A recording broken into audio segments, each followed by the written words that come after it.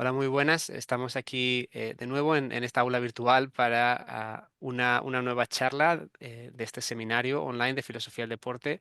Hoy tenemos a Rafael Mendoza González, que va a hablar de compartir el oro cuestionando el adjetivo olímpico.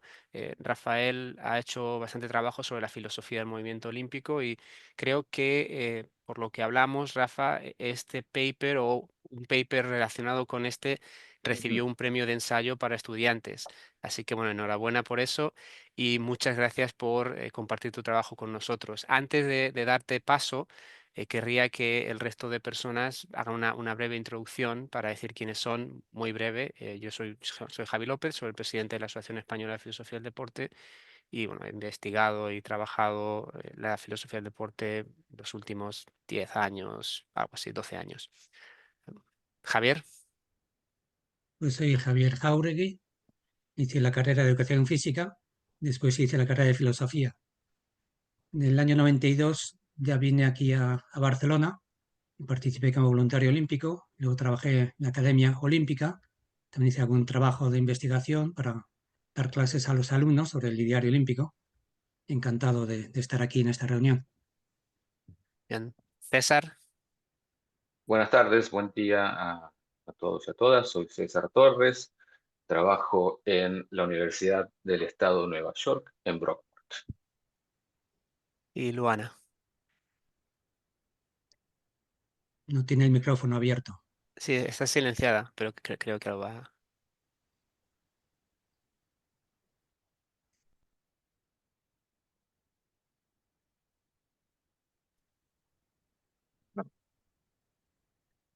Tienes que abrir el Ahí micrófono. está. Ay, perdón, disculpen, no sé por qué no podía. Ya está. Mala mía. Buenas tardes, yo soy Luana, yo soy profesora y licenciada en filosofía, estudiante de psicología y bueno, yo trabajo filosofía del deporte hace un año. Al momento de hacer mi tesis de licenciatura, em, me puse mis ojos sobre un espacio que no lo había puesto antes y estoy, bueno, empapándome de estas cuestiones. Lo mío es mucho más reciente. Hace poco envié un artículo a la revista Fair Play, espero que sea bien recibido y si no, bueno, también sobre boxeo. Como fue eliminado de los próximos Juegos Olímpicos, me pareció muy interesante para poner en tela de juicio cuáles son los verdaderos motivos, ya que ha sido siempre un deporte, eh, creo que está marcado por ciertas segregaciones de clase. Eh, en fin, estoy trabajando en muchas cosas, pero lo mío es mucho más reciente, así que gracias. Bueno, maravilloso. Es muy bonito tener gente de distintas etapas y nada, bienvenida y esperemos que ese artículo salga adelante. Hay también, César también ha escrito sobre el boxeo. César también, evidentemente, igual que Javier, han hecho mucho trabajo sobre el olimpismo, así que seguro que vamos a tener una conversación muy, muy fructífera. Rafa, todo tuyo. Bueno, muchas gracias por la invitación. Ahorita puse que, bueno, esta presentación ya la había hecho, entonces todavía tengo lo de Universidad de Roma, pero ya terminé mi doctorado, entonces ya no estoy afiliado a la universidad, pero bueno, se me pasó. Bueno, el título de mi charla es Compartir el oro, cuestionando el adjetivo olímpico. Y todo pasa porque seguramente ustedes conocerán esta acción que pasa en los Juegos de Tokio de 2020, donde pueden ver el video, ¿no? Sí. Eh, Ahí prácticamente el atleta de Italia y el atleta de Qatar eh, llegan al empate al final de la competencia y deciden compartir el oro. Y bueno, a partir de eso, muchos medios de comunicación empezaron a llamar esto como el verdadero espíritu olímpico, esta acción como que representa la amistad olímpica y el espíritu olímpico, ¿no? Un caso tangible de los valores olímpicos, etcétera. Pero luego ellos fueron a Roma y tuvieron una charla y dijeron dos cosas que a mí me sonaron mucho. Uno fue que Tamberi, el italiano, dijo que él no habría compartido la medalla con nadie más Y Barshim, el qatarí, dijo que eso nunca volvería a pasar. Entonces como que me empezó a hacer mucho ruido, ¿no? Entonces, y el adjetivo olímpico tiene connotaciones éticas, a mí me parecía muy, o se me venía mucho a la cabeza la frase de Adela Cortina que dice, es ética, no cosmética, es algo que no te puedes poner ni quitar, ¿no? Y después en 2023 pasa algo similar en el Campeonato Mundial en Budapest. Eh, las competidoras, una de Australia y la otra de Estados Unidos, prácticamente llegan al mismo punto, ¿no? A la misma situación donde pueden decidir si compartir la medalla. Y, bueno, deciden compartir la medalla. Esto fue en 2023.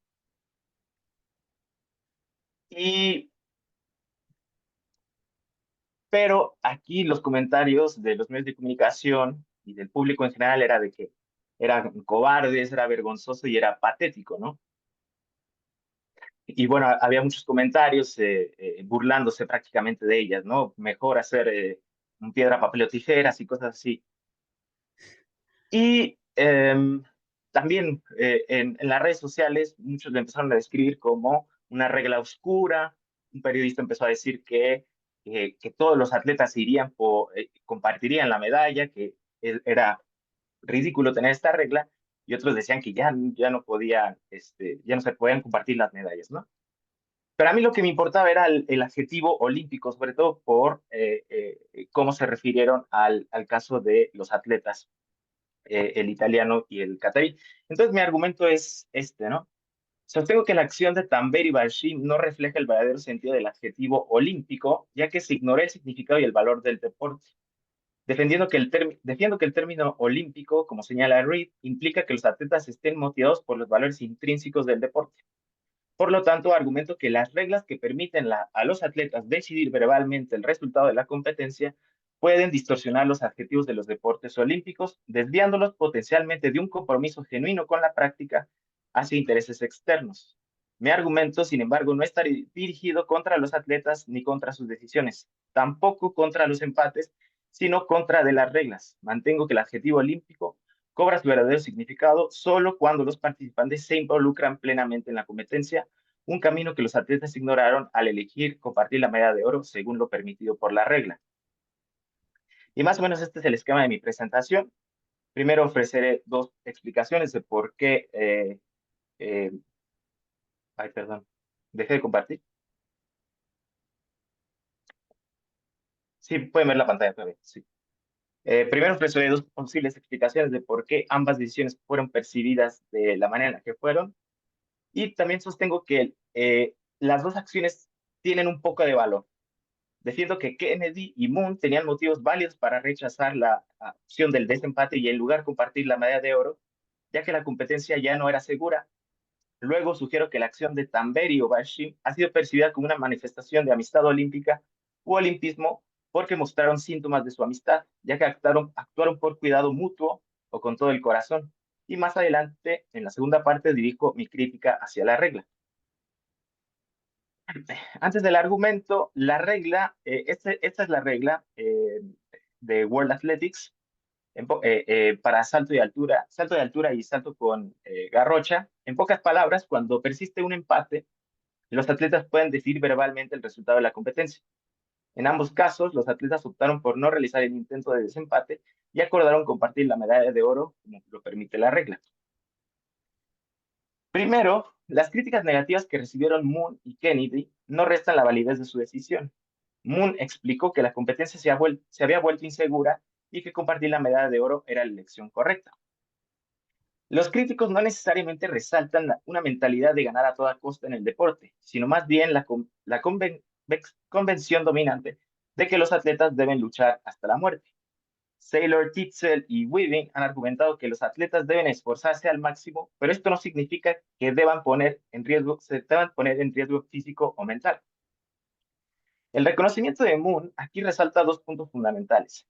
Primero, expone una falla en la estructura de la competencia, enfatizando la necesidad de revisar las reglas para priorizar la seguridad de los atletas en el momento clímax de la misma. Segundo, Ambos atletas desafiaron las convenciones deportivas de esforzarse demasiado y en consecuencia evitaron poner en riesgo su bienestar. Agerholm elogiaría esta acción ya que sostiene que la identidad moral comienza con la negación de convenciones y la desviación de prácticas habituales. Afirma que una acción moral debe implicar agencia y voluntariedad, diferenciándose de simplemente permitir que algo te suceda. Para él, la negación en este contexto sería una afirmación y una manera de alejarse de la deshumanización de los atletas, ya que en los entornos deportivos de élite, estos tienden a ser percibidos como objetos en lugar de seres humanos. En este caso, Agerholm vería esta acción como un paso hacia la comprensión de que esforzarse demasiado en el deporte no debería de implicar poner en riesgo la vida y resistirse a una convención que tiende a deshumanizar a los atletas. Y ahora argumento que la acción de Tamberi y Barshim manifiesta síntomas de su amistad, pero no necesariamente manifiesta una amistad olímpica o en general una acción olímpica. Para ello tomo prestada la acción de Harry Frankfurt sobre los actos de todo corazón que se basa en su idea de cuidado. Frankfurt sostiene que expresar nuestro cuidado por algo o alguien surge de estructuras motivacionales internas que nos impulsan a actuar de ciertas maneras. Según Frankfurt, mostrar cuidado refleja una profunda conexión personal o identificación que ocurre de manera espontánea y fuera de nuestro control. En su concepción, cuidar algo es un asunto subjetivo que nos hace actuar de manera automática, sin juzgar la acción según su valor o su resultado externo. La idea frankfurtiana del cuidado puede resumirse en dos elementos motivacionales: raíces volitivas y autotélicas. Estos dos elementos subrayan que actuar con todo el corazón, es decir, expresar cuidado, requiere de estas motivaciones. Sostengo que la decisión de Tamberi y Barshim podría verse como un acto de todo corazón debido a que manifestaron estas motivaciones. La condición volitiva, tal como describe Frankfurt, se refiere a la incapacidad y a la falta de voluntad para actuar de otra manera. Esto se ejemplifica con la declaración de Martín Lutero: aquí estoy y no puedo hacer otra cosa. Este compromiso no es impuesto externamente, sino que surge de una profunda convicción personal, lo que lo distingue de un simple deseo. Lutero tenía la posibilidad de no hacer lo que hizo, pero Frankfurt ve en este acto uno de raíces volitivas porque Lutero no actuó según cálculo, debilidad o coerción, sino a partir de un fuerte compromiso y determinación de actuar de una determinada manera. Las raíces volitivas no implican una incapacidad de cambiar la propia decisión, sino más bien una fuerte determinación de no abandonar nuestra voluntad. Además, actuar por cuidado, según Frankfurt, es autotélico, es un fin en sí mismo, libre de una racionalidad instrumental. Actuar con todo el corazón expresa un compromiso total en un sentido, en un sentido actuar de manera automática. Según Frankfurt, actuar de todo corazón, motivados por el cuidado, expresa nuestra voluntad sin preocuparnos por factores externos como los resultados o las opiniones de los demás. Actuar de esta forma significa que estamos totalmente volcados en la acción, lo que lo distingue del mero hecho de quererla o desearla. Esto también significa que no dudamos de nuestras acciones, porque dudar es calcular los resultados de nuestras acciones. Y esa es la razón por la que no veo que la acción de Moon y Kennedy se alinee con la mirada de Frankfurt, ya que en una entrevista después de la competencia, las atletas explicaron que ambas dudaron en compartir la medalla. Por lo tanto, sugiero que nos conmovió esta acción en los Juegos Olímpicos porque desde la perspectiva de Frankfurt fuimos testigos de un acto con todo el corazón en los Juegos Olímpicos. Propongo que la acción expresa síntomas de su amistad y en consecuencia ha sido considerada una manifestación de amistad olímpica o espíritu olímpico, no solo porque mostró una identificación personal que tiene el uno con el otro, o porque su momento estaba visiblemente lleno de alegría, sino principalmente porque no dudaron en tomar la decisión. Como lo dice Barshim, nos entendíamos solo con mirarnos. El árbitro ni siquiera terminó de explicarnos. Antes de que terminara, ya estábamos gritando y saltando. Sus palabras representan su respuesta automática, en cierto sentido, fuera de control, lo que puede indicar que no estuvo influenciada por factores externos como opiniones o resultados económicos. En resumen, desde la perspectiva de Frankfurt, podemos decir que ellos actuaron con todo el corazón porque se cuidaban. Pero manifestar síntomas de amistad en los Juegos Olímpicos a través de un acto de todo corazón no es lo mismo que una manifestación de amistad olímpica, olimpismo o algún valor olímpico. Morgan, por ejemplo, sostiene que los actos que vienen motivados por nuestras subjetividades en el deporte no logran valorar adecuadamente la práctica, ya que la juzgan exclusivamente desde nuestros conjuntos motivacionales, es decir, desde nuestras creencias, deseos, necesidades, percepciones, sensaciones y lealtades o metas personales. En los deportes, nuestras interacciones siempre están mediadas por la práctica misma. Para él, cuando participamos en competiciones olímpicas, estamos inmersos en lo que él, después de Hegel, llamó espíritu objetivo, un lugar y una actividad llena de significado y valor, y los bienes intrínsecos en ellos están disponibles para nuestra apropiación. En el deporte, nuestras relaciones con los demás están mediadas por la competencia misma, es decir, un terreno intersubjetivo que debe ser preservado. Entonces, mi argumento contra la regla es que el hecho de que les permita a los atletas decidir verbalmente el resultado de la competencia los coloca en un terreno subjetivo donde sus decisiones pueden estar guiadas por sus deseos, necesidades o metas personales. Es decir, antes de intentar romper el empate, la regla coloca las subjetividades de los atletas en primer plano. Los deseos, preferencias, metas personales de la gente deben ser analizadas y reguladas porque, como dice Morgan, los seres humanos normalmente desean y prefieren cosas que no son en realidad buenas. En resumen, el hecho de que la regla da prioridad a los deseos y preferencias personales puede borrar el valor y significado de las competencias olímpicas. Para mi argumento sigo la distinción de McIntyre entre bienes internos y externos. Él sostiene que las prácticas sociales, como el deporte, poseen bienes internos y estos solo son comprensibles dentro de los términos de un tipo particular de práctica y solo pueden ser reconocibles por ellos familiarizados con la práctica. Los bienes internos del deporte son, por ejemplo, habilidades atléticas, estrategias o movimientos, las dimensiones corporales, psicológicas inherentes a la actividad. Estas son, en cierto sentido, bienes específicos de la práctica. Son la esencia del deporte y la experiencia de estos mismos, así como su desarrollo, solo pueden alcanzarse a través del cumplimiento y la alineación con los estándares de excelencia que definen la actividad. Los bienes externos, por otro lado, pueden ser beneficio económico, el poder, la fama o el prestigio, y se pueden lograr a través de actividades no relacionadas con la práctica del deporte. Estos bienes están separados del deporte, ya que pueden adquirirse independientemente de él. McIntyre sostiene que para realizar los bienes internos de una práctica, los participantes deben cultivar virtudes. Según él, cuando entramos en prácticas sociales como el deporte, virtudes como el coraje, la honestidad, la justicia y la templanza se ejercen y desarrollan porque permiten a los participantes alcanzar los bienes internos de la actividad.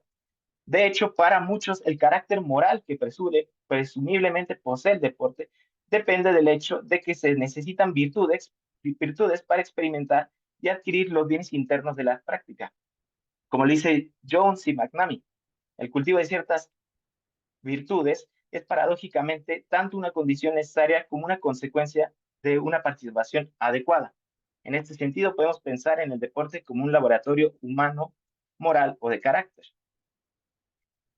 Mucho se ha escrito sobre el hecho de que los bienes externos no distorsionan los bienes internos en el deporte y en consecuencia no interfieren con el desarrollo de la virtud. Sin embargo, la influencia corruptora de los bienes externos radica en que los participantes pueden degradar los bienes internos al subordinarlos a los bienes externos. En otras palabras, se puede competir con el deseo de obtener bienes externos, pero si los participantes se enfocan exclusivamente en estos bienes, pueden fallar en ejercer las virtudes necesarias para realizar los bienes internos de la práctica. Cuando esto ocurre, Morgan dice que el deporte se corrompe, lo que significa que el propósito principal de la práctica se ha deformado y sus estándares de excelencia y significado social han sido deteriorados. En este sentido, César Torres, han distinguido entre dos tipos de atletas en el deporte, los buscadores de resultados y los buscadores de resolución. El primer grupo se enfoca principalmente en obtener el récord deseado o ganar, y a menudo pasando por alto el significado más profundo de la competencia. Kretschmann ha denominado a este grupo como jugadores motivados por la utilidad del deporte, porque priorizan las recompensas externas y la victoria a toda costa. Los beneficios externos que el deporte les pueda traer, en lugar de abrazar completamente la experiencia deportiva. Por el contrario, los buscadores de resolución ven las competencias deportivas como oportunidades para desarrollar, sumergirse y experimentar plenamente los bienes internos de la práctica. Si bien reconocen la importancia de ganar, entienden que la verdadera victoria proviene de probar sus habilidades atléticas de manera genuina. Estos autores favorecen a este segundo grupo debido a su interés genuino en la práctica, buscando experimentar y cultivar los bienes internos. En esencia, para los buscadores de resolución, la competencia deportiva es un fin en sí misma, mientras que los buscadores de resultados es un medio para alcanzar las recompensas externas. De hecho, muchos han observado que en el entorno deportivo actual, saturado de recompensas financieras y materiales, tiende a llevar a los participantes a actuar por bienes externos. Por ejemplo, la medalla de oro de Tamberi, el italiano, le valió $200,000 en comparación con $100,000 por la plata. Aquí no estoy diciendo que estos atletas hayan actuado motivados por bienes externos, pero el hecho de que la regla ponga las subjetividades de los atletas en primer plano, dentro de sus preferencias y deseos inmediatos, también considerando que vivimos en sociedades de mercado caracterizadas por la razón instrumental, donde los atletas están rodeados de diferentes motivaciones externas, no sería difícil imaginar un escenario en que los atletas sean motivados, no sería difícil un escenario en el que las razones para actuar de los atletas sean externas y no internas a la práctica. Aquí no tampoco estoy diciendo que sus decisiones son irreflexivas, pero sí que la regla les puede colocar en un lugar donde el razonamiento no necesariamente está dirigido a desarrollar los bienes internos de la competencia, sino un cálculo de costo-beneficio influenciado por nuestras subjetividades y potencialmente por los bienes externos que están a nuestro alcance. Dicho de manera más directa, al dar a los atletas la libertad de decidir el resultado de la competencia, el proceso de competir se puede perder y el resultado, las competencias y las recompensas asociadas al resultado pueden ocupar la posición principal. Sin embargo, la verdadera preocupación es que los participantes puedan actuar motivados por los bienes externos, ya que éstas no entran en conflicto con los internos de la práctica. El problema es que la regla desincentiva u obstaculiza el desarrollo de las virtudes necesarias para lograr los bienes internos de la práctica. Lo que sugiere es que la regla permite a los atletas abandonar la experiencia y el desarrollo de las virtudes. En este sentido, Reed ha argumentado que virtudes como el respeto, el coraje, la templanza, la justicia y la sabiduría, necesarias para lograr los bienes internos del deporte, están encarnadas en el concepto griego de arete, excelencia. Para ella, el alma virtuosa se desarrolla a través del compromiso constante con prácticas que requieren acciones virtuosas como las competencias atléticas. Ella destaca que la competencia auténtica en el deporte manifiesta arete y la cultiva porque la práctica misma nos impulsa a ejercer estas virtudes. Así, el deporte es la causa del arete y no al revés. Una acción excelente en los Juegos Olímpicos no se juzga por el primer lugar, por romper el récord olímpico, por ganar una medalla, sino por las virtudes ejercidas y desarrolladas mientras se lucha por alcanzar los bienes internos de la competencia. Por lo tanto, lo que sugiere es que el hecho de que la regla coloque las subjetividades de los atletas en primer plano no solo tiene el poder de desviarlos hacia intereses externos, sino que también pueden abandonar el ejercicio y el desarrollo de virtudes y, en consecuencia, las virtudes encarnadas en el concepto arete, excelencia. En resumen, la regla permite que los atletas abandonen la excelencia.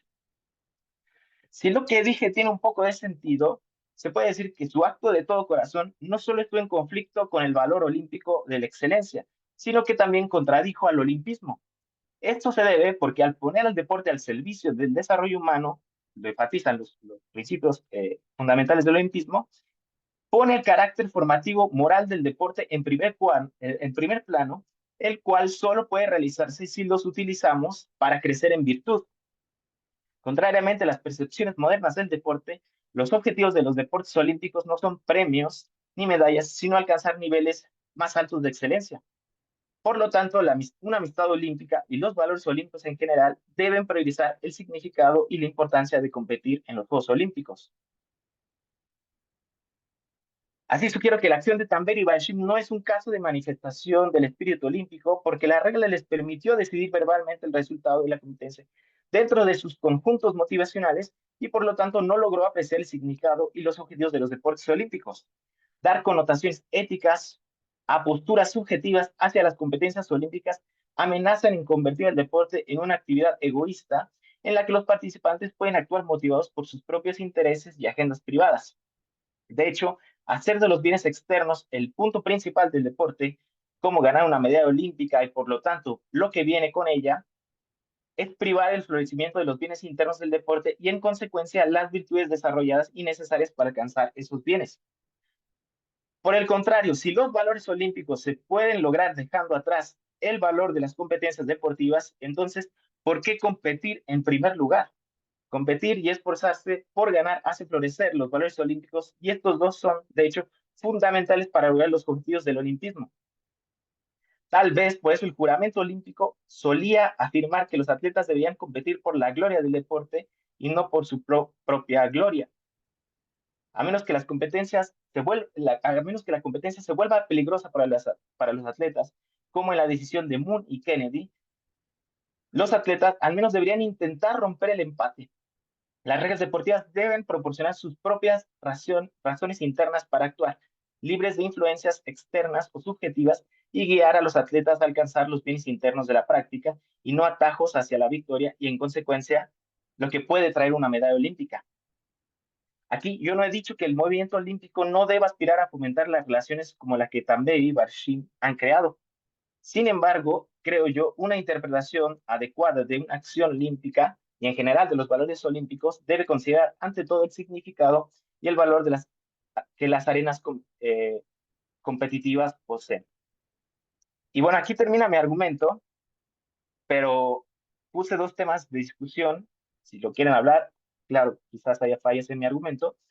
Y hay dos cosas que a mí me llaman mucho la atención después de estar pensando este tema. Uno es que uno lo ha dicho mucho William Morgan en varias partes. Él dice, nuestras razones individuales para involucrarnos en el deporte y para actuar dentro de él y sobre él resultan ser las mismas que utilizamos para evaluarlo.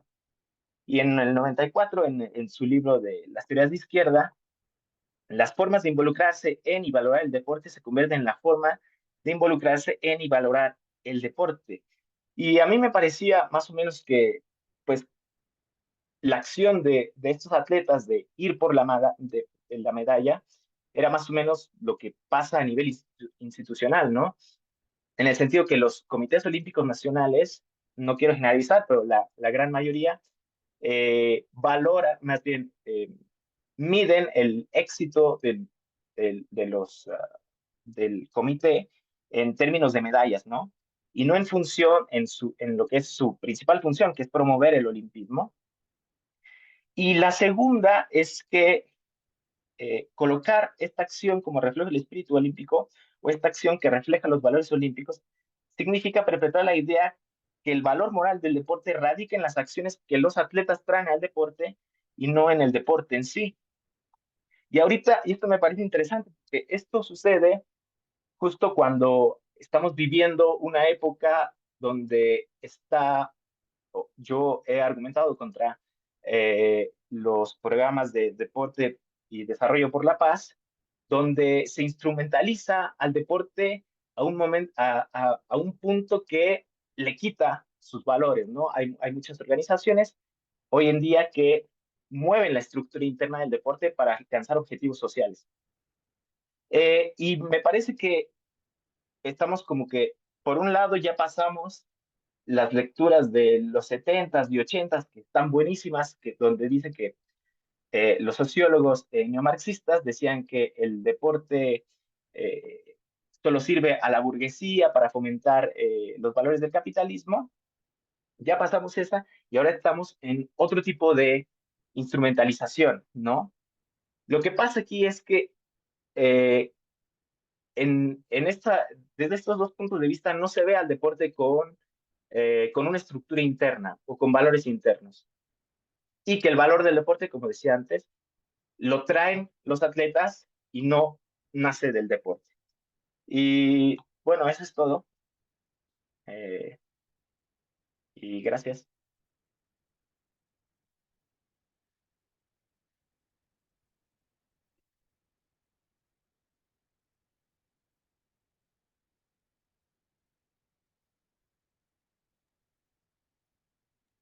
Se fue Javi. Aparentemente Desapareció Javi Javier. tenía un estudiante, creo, tomando un examen. Debe haber salido por eso. Entonces, si te parece, Rafa, abramos para preguntas y comentarios y respuestas. Bueno, regreso, Javi. Sí. Te paso nuevamente el... Justo en el momento más oportuno tenía un estudiante que tenía que tomar un examen y era justo esta hora que tenía que venir. Muchas gracias, Rafa. Voy a, como hago siempre, yo tengo varias preguntas, pero voy a esperar a que el resto de la gente haga sus preguntas. Si no hay ninguna pregunta de momento, puedo ir con mis preguntas. Cualquiera que quiera hacer una pregunta, bien que haga como Luana, que levante la mano, o podéis también levantar la mano virtual y así mantengo el orden de las preguntas. Pero vamos con Luana. Bueno, genial. Rafael, estuvo buenísimo. Primero felicitarte por tu Ay, gracias. exposición. La verdad que me encantó, me dejaste llena de preguntas. Hice un par de notas. La última parte me llamó mucho la atención, lo que decías de que se instrumentaliza el deporte de una manera diferente que en las lecturas de los 80, que en contraposición con esa lectura de que el deporte se instrumentalizaba para mantener eh, modos de dominación, que ahora se instrumentalizaba para la paz, ¿correcto? Sí. Eh, ¿Estarías queriendo decir que se instrumentaliza como a modo de mostrar arquetipos? Porque decías de que mostraba vicios. Yo, a la luz de los ejemplos que ponías, siento que se está mostrando más como si fuese un arquetipo deseable, digamos, más allá de las críticas como la tuya.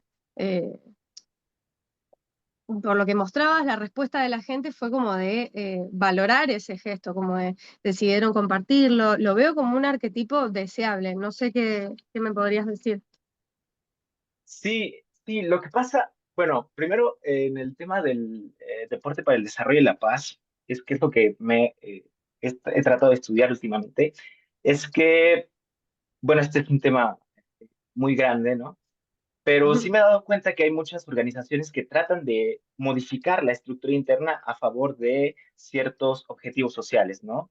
Claro. En Salamanca presenté un artículo donde prácticamente se modificaban las reglas para empoderar a las mujeres y lo que yo presentaba es que hacían totalmente lo opuesto. Con la idea Claro. de empoderar a las mujeres, en realidad hacían totalmente lo opuesto porque este tipo de Mm, organizaciones normalmente parten de dos cosas. Uno, el deporte es bueno y dos, el deporte no es tan bueno, entonces se tiene que modificar. Entonces, como que hay una contradicción ahí. sí. Yo no estoy en contra de todas las organizaciones por el deporte y desarrollo de la paz, pero sí que todas las reglas se tienen que poner a discusión. Ahora, eh, sí debatí mucho con este tema porque por un lado, a mí me gustaba porque al final creo que sí nos conmovió, nosotros los que lo vimos, por un lado sí nos conmovió y de hecho el Comité Olímpico Internacional lo promueve dentro de sus redes sociales como el verdadero sentido eh, eh, de valor olímpico o de amistad olímpica, etcétera, etcétera. Pero como lo dije antes de empezar mi argumento, fueron cosas que me causaban mucho ruido, ¿no? El hecho de que ellos dijeran que no lo harían con nadie más o que Claro. no podría, eh, que no volvería a suceder. Entonces, como que sí me causaba mucho ruido. Y entonces, cuando sucede lo de las chicas, de las mujeres, pues ahí fue cuando trato de meterme al tema. Sí parece deseado a primera vista, y creo que sí, se tiene que fomentar. El Comité Olímpico o el movimiento olímpico ha tratado de que los atletas en la vía olímpica pues se puedan acercar un poco más a hacer amistades a nivel internacional, etcétera, etcétera. Pero como lo traté de exponer, fue fue una acción meramente subjetiva y cuando estamos en Mm, la arena deportiva ya estamos mediados por otra cosa que tiene muchos valores, ¿no? Y ujú. bueno, eh, y después, justo en París 2024, hubo un atleta, bueno, llegaron al empate también, y el atleta decide seguir participando y fue criticado. Entonces, ahí te dice muchas cosas porque lo que leía en los medios de comunicación es de que el tipo ya tenía la medalla, ¿por qué quiso seguir compitiendo, no? Entonces sí creo que sí sigue siendo un triunfo de la razón instrumental que usamos los bienes, eh, digo, como para tomar atajos, ¿no? Los bienes más eficientes para llegar al fin, en este caso el fin es la medalla, ¿no? Ujú. Claro, me parece que esto se puede vincular también, ahí estabas diciendo de que otro competidor decidió seguir compitiendo y que también fue mal visto. O sea, Ajá, estamos también en un escenario en el que de alguna manera el deporte está subordinado a ser un espectáculo también en algún punto. sí. Ya no es tanto, ya no, ni siquiera, ya está fuera de la dimensión lúdica en el ámbito profesional, está más subordinado al espectáculo. Y eso, eh, yo imagino que estarás tal vez de acuerdo, pero ¿considerarías que eso está, eh, esto perjudica los valores olímpicos más originales, digamos, entre comillas? ¿Qué crees que va a pasar en relación con esto? Mm, no sé, Perdón, una pregunta re no amplia, te sé. hice, discúlpame. No, no, sí, más que nada, sí llego a ver que el deporte llega a estar influenciado por los bienes externos, ¿no? Y subordinado a los bienes externos. Pero, eh, no sé, no sé. Creo que Por en supuesto que no es cierta del parte todo, el no es para olimpismo, todo el mundo. claro, el movimiento olímpico creo yo que tiene que defender eso, no solo eh, porque está en sus principios fundamentales, ¿no? Y creo que poner la regla ahí, ese tipo de reglas, eh, como lo traté de exponer, quizás en contra del olimpismo. Ahora, se tiene que ver la regla más a fondo y obviamente yo no soy atleta, y por qué se llegó a esa regla. Esa es eh, la pregunta. Lo que yo he llegado a entender es que mucho también tiene que ver con la logística de la competencia, que ya Mm, en realidad ya se sale fuera de la conversación del deporte. Pero bueno. Vamos con César, que tiene una gracias. pregunta también. Gracias, Rafa, por la presentación. Pienso lo último que decías, historizar la regla es importante para comprender cuál es la trayectoria eh, por la cual se llega a la misma. Pero de todas maneras, no es suficiente para analizar normativamente a Mm, esa regla. En general, creo que tenés un argumento sólido, pero me gustaría contraargumentar simplemente para dinamizar la conversación. Se podría decir que desde la lógica interna del salto en alto se logró excelencia. ¿Sí? Los competidores y las competidoras se testearon mutuamente. Llega a un punto en el que no pueden distinguirse más en términos de sus habilidades comparativas o relativas uno al otro o una a la otra. ¿Cuál sería el problema de que se mantenga el empate? Y como vos sabés, yo he escrito con Doug en defensa de los empates en determinadas situaciones. El problema de la regla es que lo deja al albedrío de los y las competidoras. ¿Sí? ujú, Pero uno se puede argumentar que hay un respeto por la excelencia, por los bienes internos, que no necesariamente se están persiguiendo bienes externos, y teniendo en cuenta que subjetivamente estos mismos deportistas pueden haber comenzado la competencia motivados por bienes externos y no por bienes internos. claro. ¿Qué reflexión Hay, te merecen hay dos estos cosas, hay dos cosas. comentarios? Sí, creo que, y leí tu artículo, obviamente, y en tu artículo tú pones el ejemplo de los penaltis, ¿no? Pero en realidad ya el penalti ya es un momento de desempate. Aquí se llega a la competencia sin hacer el desempate, se llega a esa decisión sin hacer el desempate. Mi primera objeción era de que ni siquiera intentaron hacer el desempate.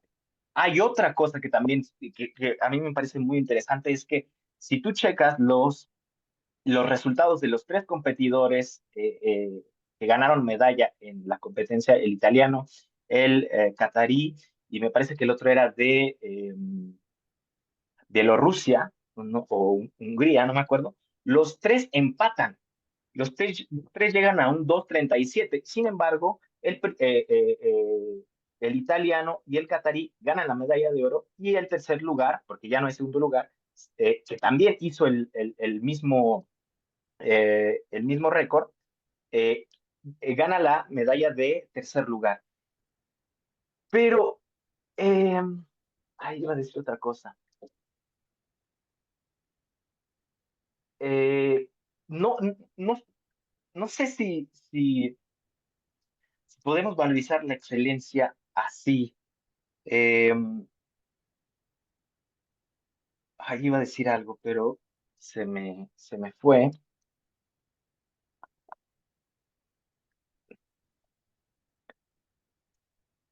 No sé, César. ¿Puedes Un, repetir la última parte de tu... un problema adicional que percibo en esta situación es que, si bien el Comité Olímpico Internacional festeja esta cuestión como una materialización del valor de la amistad, uno también podría argumentar que se están pactando un resultado, lo cual es problemático, ¿no? Justo a eso iba, Y justo a eso iba. Así, perdón. en un contexto en el que hay sospechas muy profundas sobre la validez de los resultados por las presiones de los grupos de apuestas y de las compañías de apuestas, digamos, hay un potencial conflicto de interés en esta Claro. cuestión también. A lo que yo quería agregar era, porque mucho se habla de la agencia, ¿no? De tener agencia, de tener la autonomía para tomar nuestras decisiones, etcétera, etcétera. Y la agencia, se podría decir que ellos tuvieron agencia al decidir el resultado de la competencia, pero también entramos con el tema de la agencia atlética. La agencia atlética, el resultado de tus acciones es derivado sí, el resultado, sí, de tus acciones es resultado de tus habilidades deportivas y atléticas. Entonces, a mí me parece que decidir verbalmente, pues obviamente no pone en juego las habilidades deportivas o la agencia deportiva, es decir, la autonomía de, eh, para tomar decisión en las competencias deportivas. Y también a mí me parecía eh, eh, que tendríamos que diferenciar entre agencia, es decir, el decidir lo que estoy haciendo, con la agencia atlética, que sería el decidir, pero a través de mis habilidades atléticas. Y como tú dices, este tema de las apuestas yo no lo había pensado, la verdad. Yo, porque no me he metido en ese tema, pero seguramente sí es un tema que podría surgir. Yo tengo un comentario similar al primero de César, que tiene que ver con la noción de excelencia. Ah, cuando en la Ética Nicómaco, cuando Aristóteles está ilustrando el concepto de excelencia creo que es por primera vez, él utiliza el ejemplo de un flautista. Y él dice, bueno, un flautista es excelente cuando el flautista es capaz de tocar la flauta bien, dentro de los estándares de lo que significa tocar la flauta bien. Si esto lo llevamos a McIntyre, em, sería, bueno, el deportista, aquel que entra a una práctica social, es excelente cuando personifica los estándares de excelencia de la práctica. Aristóteles no está diciendo que el flautista excelente es el que mejor toca la flauta de toda la polis o el que mejor toca la flauta de todo el mundo. No está diciendo que es el que toca la flauta bien. Entonces, aquí creo que hay dos nociones de excelencia significativamente distintas. Una es una noción de excelencia exclusivamente comparativa y la otra es una noción de excelencia que en cierto sentido funciona en términos absolutos. Si lo haces bien, si personificas los estándares de excelencia, eres excelente. Entonces, si tomamos la noción aristotélica, yo no creo que esa decisión de acabar con empate y repartir el oro vaya en contra de la excelencia. Es simplemente tenemos dos personas excelentes, hemos llegado a un punto en el que ya parece que no tiene mucho sentido seguir con la comparación y bueno, pues ya vamos a determinar que ambos son excelentes. Entonces, desde ese punto de vista, creo que la noción de excelencia no jugaría el papel que está jugando en tu argumento. Entonces, ahí cabe reconocer que hay otra manera de entender la excelencia, que es una de un tipo más comparativo y que entonces, bueno, pues ahí ya vamos por otro camino. Pero esta es una primera cosa que creo que ayudaría en fortificar o fortalecer el argumento, aclarando de una manera más directa esas nociones de excelencia. Y luego, para también hacer como César, para presentar un pequeño desafío al argumento, en un momento has dicho que estarías de acuerdo en que se llegue a esta resolución o que se justifique ese tipo de resolución apelando al riesgo a la salud. Es decir, has dicho, bueno, si es muy peligroso para la salud, es comprensible que se llegue a esta resolución. ¿Qué papel juega esa protección de la salud en este esquema de lo interno o lo externo? ¿Es un bien interno? ¿Es un bien externo? ¿Es algo entre medias? Porque si lo entendemos como interno, tendría cierta dificultad en entenderlo como tal, pero quizás es como lo estás entendiendo. Pero si lo entendemos como externo, entonces estamos cayendo en ese error, en principio, de sobreponer criterios externos a criterios internos. Entonces, ahí esa afirmación con la que yo estaría de acuerdo, creo que si no entiendo muy mal, y aquí César y Luana me pueden corregir porque ellos conocen el boxeo mejor, la intención de que en el boxeo se pueda ganar un combate bien por puntos o bien por knockdown, lo que tengo entendido es que la opción de puntos lo que trata de hacer es que no se obligue a los combatientes a ir hasta el final para que haya un knockdown y por lo tanto se proteja la salud de los boxeadores o las boxeadoras. Em, pero esa es la pregunta, ¿qué papel juega? Y si es algo externo, entonces, ¿cómo justificas que ese criterio externo sí que sea válido, pero no sean válidos otros criterios externos que quizás son legítimos en otro tipo de esferas? Bueno, la primera, lo que hablabas de la excelencia. Eh, sí, yo estuve debatiendo mucho con esto también, pero también creo que vengo muy influenciado por dos cosas. Una es eh, justamente en la Ética Nicómaco, hay una parte, y que creo que muchos autores no lo han visto, es que en alguna parte Aristóteles dice que los atletas tienen que adornarse de virtudes, ¿no? Y él usa la palabra cosmos para llegar al cosmos, que significa orden. Orden, pero es el autor que yo seguía, él decía llegar a un orden, él lo contrapone con la caja de Pandora de Xenófanes, donde prácticamente tú te pones ese adorno superficialmente, pero no, el, uh, el cosmos es adornarte de virtudes. Pero también, esto también se puede leer cuando en la República, Platón, hablando de las mujeres en el gimnasio, perdón, es en las leyes, no, en la República, cuando dice las mujeres se van a desnudar en el gimnasio porque ellas van a estar vestidas de virtudes. Y a mí me parecía increíble eso, lo que dice es como vestirnos de virtudes, pero él pone el acento en el cosmos y al final de mi presentación pongo la imagen de Nike dándole eh, su, eh, ¿cómo se llama? Su eh, adorno de virtudes a Heracles. Entonces, pero a mí mm, me parece que sí, la noción de excelencia es usar las virtudes, ¿no? Usar las virtudes, a menos que ya la competencia se vuelva eh, peligrosa para los atletas.